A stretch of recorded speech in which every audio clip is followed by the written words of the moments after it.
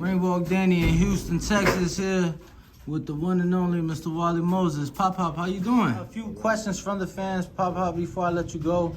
Ruin of 504 says, what's your opinion on the decision by the Olympics to drop boxing? And obviously that's for the 2028 Olympics. I think 2024 in Paris will still have boxing, but just your thoughts on that being a thing. Don't let them fool you, because I'm gonna tell you basically, boxing. This is just my opinion and what I went through and what I've seen myself, through the Olympic experience as a coach. That boxing is a totally minority sport, so it wouldn't be a problem for them to get rid of boxing for us, because it's a total minority sport. So I've seen the money from boxing go to wrestling facilities and go to others. And the boxing, I mean, when they built the brand new facility, I was there. And that year, I think it was 2012, that wrestling wasn't even Olympics, right? So they were campaigning to get the funding for the new building. So by the time 2015 came around, they built the new building. Wrestling was the first one that went into the facility. And now boxing is housed in an old wrestling facility. Now through 2012 through 2015-16, we had to share USA Boxing the facility with gymnastics and taekwondo. So let me tell you like this is, boxing wasn't in their plans back then. And the outgoing director said that he didn't want boxing back up there anyway. So this has been in the makings for a long time. It's not because just as boxing, like I said. My opinion is it's truly a minority sport, and that's why they were so anxious to get rid of it. Boxing draws the most money. I mean, as far as donators, boxing is one of the highest contributors. Because I seen when I was there, it was 60 investors from Wall Street pledged to give money.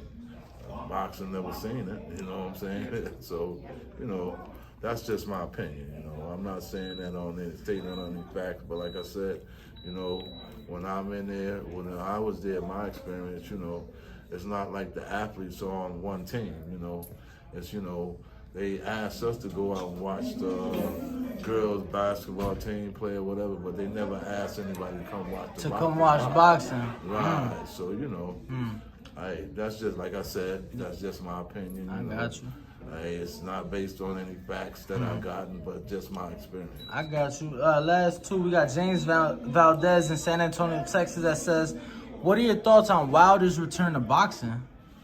Well, I think his return, but if he's gotten better, boxing wasn't his problem. His defense was his problem. So if he got better with his defense, I welcome his return. Let's go. I like to see him fight again. He brought a lot to boxing. Just like all the other amateurs that are fighters that bring that electric thing to boxing. We all love to watch him. Absolutely. Last one, our very own right here in Houston, Texas, Brandon Lynn says, on your appearance on the Boxing Voice last time, you had some choice words for Koroma. Have you two spoken since? Right. And do you see any scenario where you two could be on friendly terms? Well, it's not that we're not on friendly terms. It's, like I'm a person of truth and, and integrity, you know what I mean? And, I feel like people that, that's not truthful and honest about themselves. Like I always tell everybody out here, when this here boxing thing when it comes down to trainers and coaches and everything else, everyone should ask about a resume, and their resume should speak for what they do. You know what I mean? If everybody stand behind their reputation, then it speaks behind itself, not what they say. You know what I mean? Because, boxing follows is a record for what we do.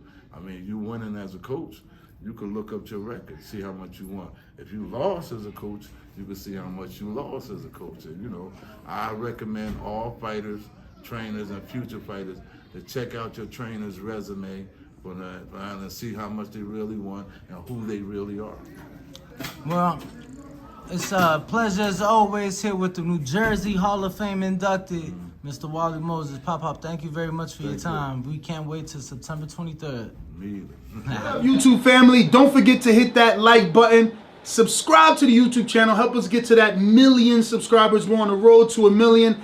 And obviously, we have other great content on our Patreon channel. So since this video is over, head on over to our Patreon and check out all the exclusive content or right here on our YouTube members.